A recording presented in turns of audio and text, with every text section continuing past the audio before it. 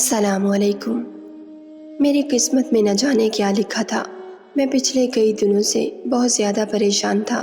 میں یہ سوچ کر لاہور آیا تھا کہ یہاں آنے کے بعد میرے حالات بدل جائیں گے، لیکن سب کچھ الٹ ہو گیا تھا۔ میں پڑھا لکھا تھا نہیں، اسی لیے نوکری تو کوئی ملنی نہیں تھی۔ میں نے چھوٹے موٹے کام کرنے شروع کیے، لیکن جو کام کرتا نقصان اٹھاتا۔ میرے ایک دوست نے مشورہ دیا کہ تم ایک سبزی کا ٹھیلا لگا لو۔ اس کام میں تو میں ماہر تھا، کیونکہ میرا تعلق گاؤں سے ہونے کی وجہ سے مجھے سبزیوں کے بارے میں کافی اندازہ تھا۔ مجھے لگا کہ سبزی کا ٹھیلا لگا کر میں آسانی سے پیسے کما لوں گا، اور اسی لیے میں نے اپنی بچی کچھ ہی رقم سے ایک پرانا ٹھیلا خرید لیا۔ میرا وہ دوست بھی سبزی کا ہی کام کرتا تھا۔ اس کی مدد سے میں نے سبزی منڈی جا کر کافی ساری سبزیاں خریدیں اور لاہور شہر کی سڑکوں پر نکل گیا۔ میرے دوست نے مجھے جو علاقے بتائے تھے، میں ان سب میں سارا دن پھرتا رہا، لیکن صرف چند ہی لوگوں نے مجھ سے سبزی خریدی، اور میں تھکا ہارا رات کو واپس اپنے کمرے میں لوٹ آیا جو میں نے کرائے پر لے رکھا تھا۔ سونے کے لیے چارپائی پر لیٹا تو میری آنکھوں سے آنسو بہنے لگے۔ کون کہتا ہے کہ مرد بہت مضبوط ہوتا ہے؟ جب مرد پر بہت ساری ذمہ داریاں ہوں اور وہ انہیں نبھانے میں ناکام ہونے لگے تو اس سے زیادہ کمزور شاید اور کوئی نہیں ہوتا۔ میں بھی خود کو بہت بے بس اور کمزور محسوس کرنے لگا تھا۔ ابا کے انتقال کے بعد اپنی بیوہ ماں اور 4 جوان بہنوں کی ذمہ داریاں میرے کاندھوں پر آ گئی تھیں، اور میں چاہ کر بھی ان کی ذمہ داریوں کو بخوبی نبھانے میں ناکام ہو گیا تھا۔ خدا سے بہتری کی دعا مانگتے مانگتے نہ جانے مجھے کب نیند لگ گئی۔ آنے والے کئی دنوں تک یہی سلسلہ چلتا رہا۔ میں فجر کے بعد ہی گھر سے نکل جاتا اور رات گئی تک بمشکل 200-300 روپے بھی نہ کما پاتا۔ مجھے سمجھ ہی نہیں آ رہا تھا کہ اس طرح میرا گزارا کیسے ہوگا، اور میں اپنے گھر والوں کو خرچے کی رقم کیسے بھیجوں گا۔ مجھ پر تو کمرے کا کرایہ بھی چڑھ گیا تھا۔ میری سبزیاں سڑنے لگی تھیں، اور اب تو لوگ باسی کہہ کر انہیں ہاتھ بھی نہ لگاتے تھے۔ جب سے بڑے بڑے سپر سٹور بنے تھے، لوگ سبزیاں بھی وہیں سے خریدنے لگے تھے، اور ہم جیسے ٹھیلے والوں کا کام پوری طرح ختم ہونے لگا تھا۔ ہر گزرتے دن کے ساتھ مجھے نقصان ہو رہا تھا۔ مجھے لگ رہا تھا کہ مجھے اب واپس اپنے گاؤں لوٹ جانا چاہیے۔ یہ شہر شاید مجھے راس نہیں آیا تھا، یا یہاں کے لوگ بہت جدید ہو گئے تھے۔ ہوٹلوں کے باہر تو لمبی لمبی قطاریں ہوتی، لیکن سبزی کی دکانیں خالی نظر آنے لگی تھیں۔ میرا اب شہر سے دل ہی اچاٹ ہو گیا تھا۔ میری ٹوٹی ہوئی ہمت دیکھ کر میرا دوست کہنے لگا، 2-4 دن اور کام کر کے دیکھ لو، پھر بھی اگر تمہیں نقصان ہو تو بھلے واپس چلے جانا۔ اس کی بات مان کر میں رک گیا، اور اگلے دن پھر ٹھیلا لے کر نکل پڑا۔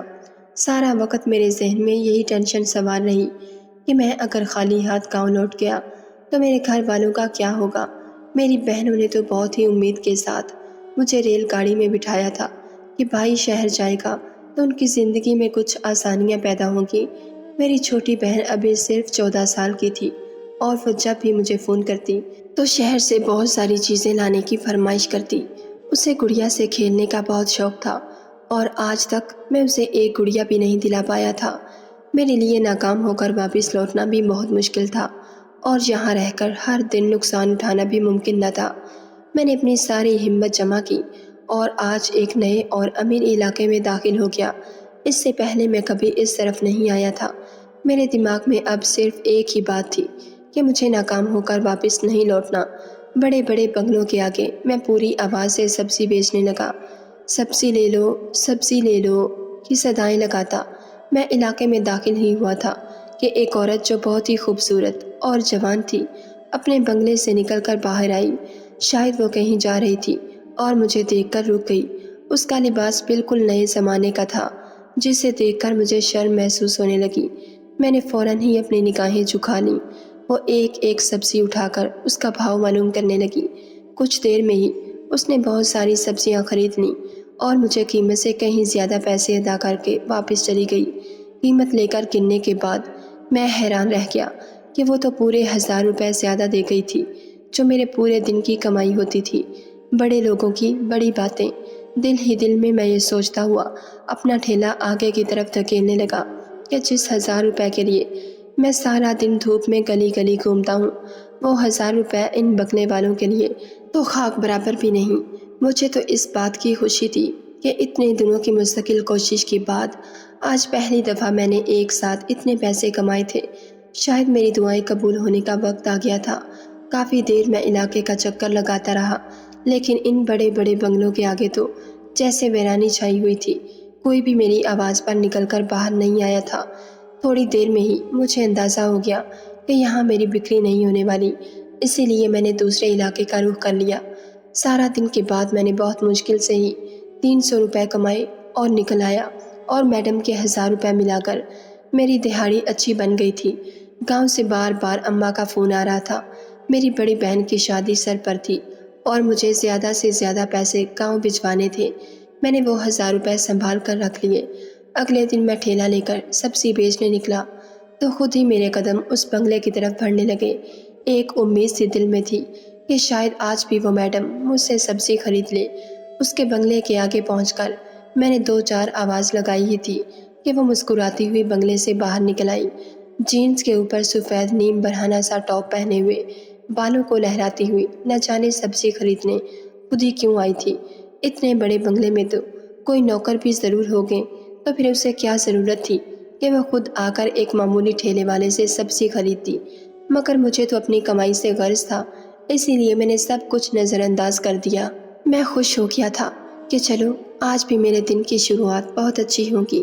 میڈم کہنے لگی کہ تم بہت اچھی سبزی دے کر گئے تھے، سبزی بہت ہی تازہ تھی، تم روزانہ یہاں سبزی دینے کے لیے آ جایا کرو۔ اس کی بات سن کر میرا چہرہ کھل اٹھا۔ مجھے لگا شاید وہ سبزی خود پکاتی ہے، اسی لیے خریدنے بھی خود ہی آتی ہے۔ کافی دیر تک وہ مجھ سے باتیں کرتی رہی، سبزی خریدتی رہی۔ اس کے انداز میں ذرا بھی غرور نہیں تھا، اور پھر میرے ہاتھ میں کل جیسی ہی زیادہ قیمت پکڑا کر جانے لگی۔ میں نے آواز دے کر کہا، میڈم آپ نے کل بھی زیادہ پیسے دے دیے تھے اور آج بھی شاید غلطی سے زیادہ پیسے دے دیے ہیں۔ وہ کہنے لگی کہ نہیں، یہ تمہارے لیے ہے، اس سے تم اپنے گھر والوں کے لیے کچھ خرید لینا۔ اس کی بات سن کر میں خوش ہو گیا۔ میں نے سوچ لیا تھا کہ میں اس سے ایک گڑیا خرید کر گاؤں بھجوا دوں گا۔ اپنی بہن کے چہرے پر گڑیا دیکھ کر آنے والی خوشی کا سوچ کر ہی میں خوش ہو گیا تھا۔ مجھے معلوم تھا کہ آگے اس علاقے میں اور کوئی باہر نہیں آنے والا، اسی لیے میں نے اپنا رخ دوسرے علاقے کی طرف کیا اور سارا دن سبزی بیچتا رہا۔ باقی کے دن وہی معمولی سی کمائی ہوئی تھی، لیکن اس عورت کے پیسے جوڑنے کے بعد میرا منافع اچھا خاصا بن گیا تھا۔ رات جب تھکا ہارا سونے کے لیے لوٹا تو اس عورت کا چہرہ میری آنکھوں میں سما گیا۔ وہ تو میرے لیے کوئی نیکی کا فرشتہ ثابت ہوئی تھی۔ میں دل ہی دل میں سوچنے لگا کہ وہ صرف حسین ہی نہیں بلکہ کس قدر نیک عورت بھی ہے، ورنہ آج کے دور میں کون کسی کا اتنا احساس کرتا ہے۔ میں نے فی الحال واپس جانے کا ارادہ ترک کر دیا تھا، اور اسے سوچتے سوچتے ہی میں نیل کی وادی میں اتر گیا۔ میں نے اپنی دوست کو بھی بتا دیا تھا کہ اب پہلے سے زیادہ سبزی فروخت ہونے لگی ہے۔ یہ سن کر وہ بھی خوش ہو گیا، لیکن میں نے اسے میڈم کے بارے میں کچھ نہیں بتایا تھا۔ پھر یہ تو معمول ہی بن گیا۔ میں روز صبح سب سے پہلے اس کے بنگلے کے آگے جا کر آواز لگاتا اور وہ ایسے باہر آتی جیسے میرے انتظار میں ہو۔ ہر گزرتے دن کے ساتھ وہ مجھ سے بے تکلف ہوتی جا رہی تھی۔ اب تو وہ مجھے میرے نام سے پکارنے لگی تھی۔ وہ میرے سارے حالات بھی جان گئی تھی اور روزانہ ہی مجھے زیادہ پیسے دینے لگی۔ اس کی اس مہربانی پر میں بہت حیران تھا۔ وہ بہت ہی پیار سے مسکرا کر کہتی، نواز تم بہت ہی اچھے انسان ہو اور بہت محنت سے پیسے کماتے ہو، دیکھنے میں بھی تم بہت ہی خوبصورت ہو، اگر اپنا خیال رکھا کرو گے تو بالکل ماڈل لگو گے۔ میڈم کی بات سن کر میں حیران رہ گیا، کیونکہ آج تک کسی نے میری تعریف نہیں کی تھی۔ گھر واپس آ کر میں نے کافی دیر تک آئینے میں اپنا جائزہ لیا تو مجھے احساس ہوا کہ واقعی میرا قد کافی لمبا تھا اور میں دیکھنے میں بھی بالکل کڑیل جوان تھا۔ دراصل میرا تعلق پنجاب کے ایک گاؤں سے تھا اور میں نے ہمیشہ ہی سادہ اور تازہ غذا کھائی تھی۔ میرا رنگ روپ بھی بہت صاف نکھرا نکھرا تھا، لیکن خاندان کی ذمہ داریوں اور بہنوں کی شادیوں کی فکر نے مجھے کبھی ٹھیک طرح سے آئینہ دیکھنے کی فرصت ہی نہ دی تھی۔ میڈم کے بولنے پر جب میں نے خود کو غور سے دیکھا تو مجھے خود بھی اپنا آپ بہت ہی اچھا لگنے لگا۔ اگلے دن میں جان بوجھ کر خوب تیار ہو کر ٹھیلا سجائے بنگلے کے آگے پہنچ گیا۔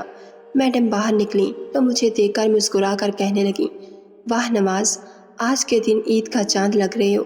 میڈم کی بات سن کر میں پوری طرح ہی شرما گیا۔ وہ سبزی خریدنے کے ساتھ ساتھ مجھ سے میرے گھر والوں کے بارے میں بھی پوچھنے لگی تو میں نے اسے بتا دیا کہ مجھے ابھی اپنی 4 بہنوں کی شادیاں کرنی ہیں اور اسی لیے میں اپنا گاؤں چھوڑ کر لاہور جیسے بڑے شہر آ گیا ہوں تاکہ زیادہ سے زیادہ پیسے کما کر وقت پر اپنی بہنوں کو رخصت کر سکوں۔ میں نے سنا ہے لاہور شہر کا دل بہت بڑا ہے اور یہ ہر بے روزگار کو روزگار کا موقع ضرور دیتا ہے، اسی لیے میں بھی اپنی قسمت آزمانے کے لیے یہاں چلا آیا اور واقعی ہی یہاں آ کر میرا سبزی کا کام بہت اچھا چل پڑا۔ میں چاہ کر بھی اسے یہ نہ کہہ سکا کہ میرا کام صرف اور صرف اسی کی وجہ سے چل رہا تھا۔ میڈم میرے چہرے کی طرف دیکھتے ہوئے کہنے لگیں کہ اگر تم زیادہ پیسے کمانا چاہتے ہو تو میرے پاس ایک آفر ہے۔ میڈم کی بات سن کر میں سبزی تولتے تولتے رک گیا اور ان کا چہرہ دیکھنے لگا۔ ان کی نیلی نیلی آنکھوں میں بہت ہی کشش تھی اور مجھے اپنا آپ ڈوبتا ہوا محسوس ہو رہا تھا۔ میڈم میرے قریب آئیں تو میرا سانس رکنے لگا۔ ان کی سخت ٹی شرٹ سے ان کا وجود نمایاں ہو رہا تھا اور مجھے گھبراہٹ ہونے لگی تھی۔ وہ کہنے لگیں کہ اگر تم اپنا یہ ٹھیلا فروخت کر دو اور میرے گھر میں ایمانداری سے کام کرو تو میں تمہیں مہینے کا 1,00,000 دوں گی اور دیکھتے ہی دیکھتے تمہاری 4 بہنوں کی شادیاں دھوم دھام سے نبٹ جائیں گی۔ میڈم کی بات سن کر مجھے اپنے کانوں پر یقین نہ آیا۔ ان کے گھر میں کام کرنے کے بدلے وہ مجھے 1,00,000 دینے کے لیے تیار تھیں۔ مجھے لگا کہ شاید کوئی بہت ہی مشکل اور محنت طلب کام ہوگا، اسی لیے میڈم اتنی بڑی رقم دینے کی بات کر رہی ہیں، لیکن 1,00,000 مہینے کا کما کر تو میرے سارے ہی مسئلے حل ہو جانے تھے۔ میری بڑی بہن کی شادی کا مسئلہ بھی حل ہو جاتا۔ سبزی فروخت کرنے میں تو بہت زیادہ محنت لگتی تھی، کبھی تپتی ہوئی دھوپ میں گلی گلی گھومنا پڑتا تو کبھی سخت سردی کے باوجود بھی ٹھٹرتے ہوئے سویرے سویرے گھر سے نکلنا پڑتا۔ لاہور شہر کی تو گرمی بھی غضب کی تھی اور سردی بھی زوروں پر ہوتی تھی۔ دھند چھاتی تو سامنے کا دکھائی نہ دیتا اور بڑی مشکل سے ہی میں سبزی کا ٹھیلا گھسیٹتا ہوا گھومتا۔ ایسے میں اگر مجھے بنگلے کے اندر رہ کر کام کرنا تھا تو اس سے زیادہ اچھا اور کیا ہو سکتا تھا۔ مجھے خیالوں میں گم دیکھ کر میڈم چٹکی بجاتے ہوئے کہنے لگیں کہ میں تمہیں رہنے کے لیے ایک بڑا سا کوارٹر بھی دوں گی اور تمہاری کرائے کے مکان سے بھی جان چھوٹ جائے گی۔ آرام سے ہر سہولت میسر ہوگی اور کسی بھی چیز کی پریشانی نہیں ہوگی۔ میری کمائی کا اچھا خاصا حصہ تو کمرے کے کرائے میں ہی نکل جاتا تھا، اسی لیے یہ بات سن کر میں نے فوری حامی بھر لی اور میڈم سے کہا کہ مجھے کوئی اعتراض نہیں، لیکن زیادہ مشکل کام تو نہیں کرنا ہوگا نا؟ میڈم ہنس کر کہنے لگیں کہ نہیں بھائی، کوئی مشکل کام نہیں ہے، بس بنگلے کی دیکھ بھال کرنی ہے اور گھر کے چھوٹے موٹے کام نمٹانے ہیں۔ میں نے بنا سوچے سمجھے ہی اگلے دن 20,000 میں اپنے ٹھیلے سمیت ساری سبزی فروخت کر دی اور میڈم کے بنگلے پر پہنچ گیا۔ میڈم کا نام نورین تھا اور ان کا بنگلہ بہت ہی شاندار تھا۔ اندر داخل ہونے کے بعد مجھے ایسا لگا جیسے میں کسی بڑے ہوٹل میں آ گیا ہوں۔ میں نے تو اتنی خوبصورت اور مہنگی چیزیں کبھی زندگی میں نہیں دیکھی تھیں جو میڈم کے گھر میں جگہ جگہ موجود تھیں۔ میڈم نے مجھے ڈرائنگ روم میں بڑے صوفے پر بیٹھنے کا اشارہ کیا تو میں بیٹھ گیا، لیکن جیسے ہی میڈم میرے برابر میں بیٹھی میرے رونگٹے کھڑے ہو گئے۔ میڈم کو میری گھبراہٹ کا احساس ہوا تو انہوں نے فوراً ہی میرے ہاتھ پر اپنا ہاتھ رکھا اور کہنے لگیں نواز، تمہیں پریشان ہونے کی کوئی ضرورت نہیں۔ میں اپنے ملازموں کو ملازم نہیں سمجھتی بلکہ برابری کا درجہ دیتی ہوں۔ آج سے پہلے میں نے کبھی کسی عورت کا لمس محسوس نہیں کیا تھا، اسی لیے میڈم کا یوں میرے ہاتھ پر ہاتھ رکھنا مجھے بہت ہی عجیب سا لگا۔ ہمارے گاؤں میں تو عورتیں غیر مردوں کے سامنے گھونگھٹ بھی نہیں اٹھاتی تھیں، لیکن یہ شہر کی عورتیں تو بہت ہی آزاد خیال ہو چکی تھیں۔ میڈم بتانے لگیں کہ ان کا پرانا ملازم چھٹیوں پر چلا گیا ہے اور شاید وہ لوٹ کر نہیں آئے گا، اسی لیے بنگلے میں کام کرنے کے لیے کوئی بھی موجود نہیں۔ ایک ملازمہ ہے جو کچھ دیر کے لیے آتی ہے اور کھانا پکا کر اور سارے بنگلے کی صفائی کر کے واپس چلی جاتی ہے۔ میڈم نے مجھے بنگلے کے جو کام بتائے وہ بہت ہی چھوٹے چھوٹے سے تھے اور اتنے معمولی سے کاموں کا 1,00,000 ملنا میرے لیے تو بہت ہی انوکھی بات تھی، لیکن مجھے عام کھانے سے مطلب تھا۔ پیٹ گن کر مجھے بھلا کیا ملتا؟ میں خوشی خوشی میڈم کے بتائے کام کرنے لگا۔ وہ میرے آگے پیچھے ہی تھیں، مجھ سے باتیں کرتے کرتے وہ مجھے کام بھی سمجھا رہی تھیں۔ میڈم نورین نے بتایا تھا کہ ان کا شوہر کام کے سلسلے میں ملک سے باہر گیا ہوا ہے اور شاید 6 مہینے کے بعد ہی لوٹ کر واپس آئے گا۔ کام کرتے کرتے میری نظر دیواروں پر لگی تصویروں پر پڑی تو یہ دیکھ کر میں حیران رہ گیا کہ خوبصورت سی میڈم نورین کا شوہر تو عمر میں ان سے دگنا بڑا تھا۔ میڈم نورین نے بہت ہی جوان اور خوبصورت تھیں اور ان کے انداز بھی ایسے تھے کہ کبھی کبھی تو میں ان سے جان بوجھ کر نظر چرا لیا کرتا۔ یہ میرا بنگلے میں پہلا دن تھا۔ رات تک میں میڈم کے ساتھ ساتھ ہی کام کرتا رہا۔ میڈم نے خود میرے اور اپنے لیے چائے بنائی، جسے پی کر میں رات اپنے کوارٹر میں آیا، جو بہت ہی بڑا اور پر آسائش تھا۔ رات آرام دہ بستر پر لیٹتے ہی مجھے ایسی نیند لگی کہ پھر صبح ہی میری آنکھ کھلی، لیکن میری طبیعت بہت ہی بوجھل ہو رہی تھی اور میرے سارے جسم میں بہت درد ہو رہا تھا۔ بستر کی چادر نیچے پڑی ہوئی تھی، جیسے کسی نے ساری رات بستر پر جنگ لڑی ہو، جبکہ میں تو ایک ہی کروٹ پر سونے کا عادی تھا۔ ساری رات گہری نیند ہونے کے باوجود بھی تھکاوٹ کا احساس مجھ پر حاوی تھا۔ میں آنکھیں مسلتا ہوا جلدی سے اٹھ بیٹھا۔ مجھے تیار ہو کر فوراً میڈم کے پاس جانا تھا اور ان سے سارے دن کے کام سمجھنے تھے۔ میں میڈم کو ڈھونڈتے ہوئے ان کے کمرے تک پہنچ گیا۔ دروازہ بجایا تو میڈم نے اندر ہی بلا لیا۔ وہ ابھی تک سیاہ نائٹی میں موجود تھیں اور بستر پر بیٹھی قیامت ڈھا رہی تھیں۔ میں سر جھکائے ان کے سامنے کھڑا رہا اور وہ مجھے آرام آرام سے سارے کام بتاتی گئیں، جو بہت زیادہ نہیں تھے۔ میں سارا کام سمجھنے کے بعد اپنے کام پر لگ گیا۔ میڈم کا سراپا میری آنکھوں کے سامنے گھوم رہا تھا اور ایک جوان مرد ہونے کی وجہ سے میرے لیے اپنے جذبات پر قابو کرنا مشکل ہو گیا تھا۔ رات میڈم نے چائے بنائی اور کہنے لگیں کہ ساتھ مل کر لان میں بیٹھ کر پیتے ہیں۔ میں میڈم کے ساتھ بیٹھا ہی تھا کہ ان کا فون بجنے لگا اور وہ فون سننے کے لیے سائڈ میں گئیں تو میرے ہاتھ سے چائے کا کپ چھوٹ گیا اور ساری چائے مٹی میں گر گئی۔ میں نے جلدی سے خالی کپ رکھ دیا اور میڈم کو نہیں بتایا کہ چائے ضائع ہو گئی ہے۔ مجھے لگا کہ شاید انہیں اچھا نہیں لگے گا۔ وہ واپس آئیں تو انہیں لگا کہ میں چائے پی چکا ہوں۔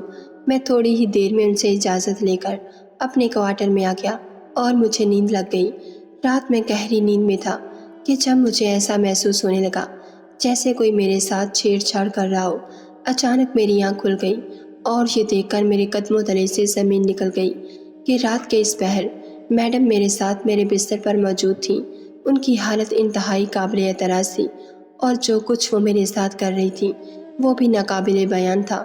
مجھے اٹھتا دیکھ کر میڈم گھبرا گئیں اور کہنے لگیں کہ نواز، آج تم چائے پی کر سوئے کیوں نہیں؟ میں نے انہیں بتا دیا کہ میرے ہاتھوں سے چائے گر گئی تھی، اسی لیے میں نے چائے نہیں پی۔ میں جاننا چاہتا تھا کہ وہ میرے کمرے میں کیوں آئی ہیں اور میرے ساتھ یہ سب کیوں کر رہی ہیں۔ میڈم نورین مسکرا کر میرے نزدیک آئیں اور کہنے لگیں، تمہیں کیا لگتا ہے میں تمہیں 1,00,000 روپے کیوں دے رہی ہوں؟ ان کی قربت سے مجھے محسوس ہو رہا تھا۔ وہ کہنے لگیں، جب میں نے تمہیں پہلی دفعہ دیکھا تھا اسی وقت تم میری نگاہوں کو بھا گئے تھے۔ تم بالکل ویسے ہی تھے جیسا شخص میں اپنی زندگی میں چاہتی تھی، لیکن یہ میری بدقسمتی تھی کہ میرے ماں باپ نے میری شادی ایک عمر رسیدہ شخص سے کروا دی تھی۔ میں ایک غریب گھرانے سے تھی۔ میرا باپ ایک معمولی سا ملازم تھا اور پھر ایک دن فیکٹری میں ہونے والے حادثے کی وجہ سے اس کی دونوں ٹانگیں بھی کٹ گئیں۔ ہمارے حالات مزید خراب ہو گئے اور پھر میرے باپ کا سیٹ میرے باپ کی عیادت کے لیے ہمارے گھر آیا تو وہ مجھے دیکھ کر میری خوبصورتی پر فدا ہو گیا۔ اس نے میرے باپ کے سامنے شرط رکھ دی کہ اگر میری شادی اس سے کروا دی گئی تو وہ میرے ماں باپ کا سارا خرچہ اٹھا لے گا اور میرے چھوٹے بہن بھائیوں کی تعلیم بھی مکمل کروا دے گا۔ میرے ماں باپ کو لگا کہ ایک اولاد کی قربانی دے کر وہ اپنی باقی اولادوں کا مستقبل سنوار سکتے ہیں، اسی لیے انہوں نے مجھے قربانی کا بکرا بنا دیا۔ اس وقت میں کم عمر تھی اور مجھ میں اتنی ہمت نہیں تھی کہ میں اپنے ماں باپ کے فیصلے کے خلاف آواز اٹھاتی، اسی لیے مجبوراً میں اس بنگلے نما قید خانے میں پہنچ گئی جہاں میری تمام خواہشات اور آرزوؤں کو قید کر دیا گیا۔ میرا شوہر عمر میں مجھ سے اس قدر بڑا تھا کہ اس کی اور میری خواہشات بالکل مختلف تھیں۔ وہ میرے جذبات کو تسکین پہنچانے سے بھی قاصر تھا اور میں مجبوراً اس کے ساتھ دن گن گن کر گزار رہی تھی۔ تم سے ملاقات ہونے سے کچھ دن پہلے ہی وہ ایک کاروبار کے سلسلے میں 6 مہینے کے لیے آسٹریلیا گیا تھا۔ جب میں نے تمہیں دیکھا تو میرے لیے اپنے جذبات پر قابو پانا مشکل ہو گیا۔ میں چاہتی تھی کوئی مجھے تسخیر کرے، میری ہی محبت مجھے ہرا دے۔ میں اپنے شوہر سے شادی کے بعد سے لے کر اب تک ہر رات تڑپتے ہوئے گزارتی آئی تھی۔ میرا شوہر اپنی بلڈ پریشر کی دوائیاں لے کر سو جاتا اور میں ساری رات بستر پر کروٹیں بدلتی رہتی۔ میں جوان تھی اور میری جوانی کے کچھ تقاضے تھے۔ فطری طور پر میں ہر انسان کے اندر کچھ جذبات ہوتے ہیں جن کی تسکین کے لیے وہ حلال طریقہ اپناتا ہے، لیکن مجھے حلال طریقے سے تسکین حاصل ہی نہ ہو سکی، اسی لیے میں نے ایک غلط راستہ اپنایا اور تمہیں اپنی طرف متوجہ کرنے کے لیے ہر طرح کی کوشش کی، لیکن تم کبھی نگاہ اٹھا کر بھی میری طرف نہیں دیکھتے تھے۔ جان بوجھ کر نائٹی پہنے میں نے تمہیں کمرے میں بلایا تاکہ مجھے دیکھ کر تم بے خواب ہو جاؤ، لیکن تمہیں چائے میں نیند کی دوا دے کر سلا دیا اور اپنی خواہشوں کو مکمل کرنے لگی۔ میڈم کی بات سن کر مجھے گھن محسوس ہو رہی تھی کہ کس طرح وہ اپنے جذبات کی خاطر مجھے بھی اپنے گناہ میں برابر کا حصے دار بنا رہی تھی۔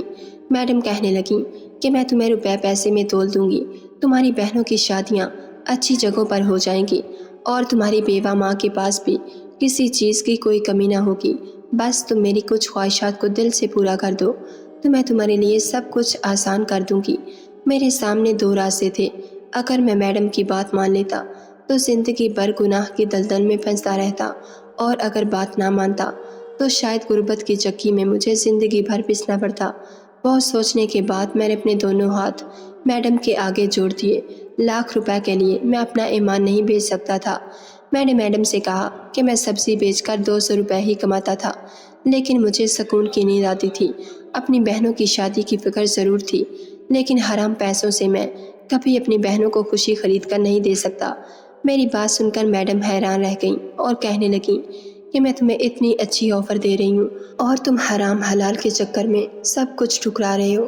میں نے روتے ہوئے میڈم سے کہا کہ ہم غریبوں کے پاس ایمان کی دولت کے سوا اور کچھ نہیں ہوتا، اور اگر یہ دولت ہی ہم سے چھن جائے تو پھر زندگی کا کوئی مقصد نہیں رہ جاتا۔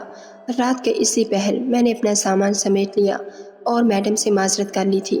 میں نے ان کے سارے پیسے بھی واپس لوٹا دیے تھے، میری جیب میں صرف 500 روپے ہی باقی رہ گئے تھے۔ میڈم کو شاید مجھ سے اس رویے کی توقع بالکل بھی نہیں تھی، وہ بار بار مجھے روکنے کی کوشش کر رہی تھیں۔ لاکھ روپے کا لالچ اور ساتھ ہی بہنوں کی شادیوں کا کہہ کر وہ میرا ایمان خریدنا چاہتی تھیں۔ میں نہیں جانتا تھا کہ آگے میرے نصیب میں کیا لکھا ہوا ہے اور میرے ساتھ کیا ہونے والا ہے، لیکن یہ پل میرے اختیار میں تھا اور میں جان بوجھ کر گناہ کا راستہ نہیں چن سکتا تھا۔ لاہور کی سرد رات تھی اور میں بے آسرا سڑک پر نکل آیا تھا۔ میں نے نیکی کا یہ راستہ اپنے رب کے لیے چنا تھا اور مجھے یقین تھا کہ میرا رب مجھے کبھی مایوس نہیں لوٹائے گا۔ مجھے کسی انسان سے نہیں، اپنے رب سے امید تھی جو انسان کو ماں کے پیٹ میں بھی رزق پہنچاتا ہے۔ بس میری سب لوگوں سے یہی گزارش ہے کہ ہم جیسے چھوٹے موٹے ٹھیلے والوں سے بھی سبزی خرید لیا کریں تاکہ ہمارے گھر کا گزارا چل سکے اور ہماری بہنیں بھی گڑیوں سے کھیل سکیں۔ میں نے دوبارہ سے کوشش کر کے اپنے دوست کی مدد سے پھر سے سبزی کا ٹھیلا لگا لیا تھا، کچھ کم ہی صحیح لیکن رزق حلال تو تھا۔ رہی میری بہنوں کی شادیوں کی بات، تو خدا نے ہر کام کا ہی کوئی نہ کوئی وسیلہ طے کر رکھا ہے۔ مجھے امید تھی کہ وہ بھی عزت سے اپنے گھروں کی ہو ہی جائیں گی۔ آپ سب سے یہی التماس ہے کہ دعا کریں ہم ہمیشہ رزق حلال کمانے کی جستجو میں مصروف رہیں۔ ناظرین، اگر آپ کو ہماری ویڈیو پسند آئی ہے تو لائک ضرور کیجیے اور ایسی مزید ویڈیوز دیکھنے کے لیے ہمارے چینل کو سبسکرائب کر لیجیے۔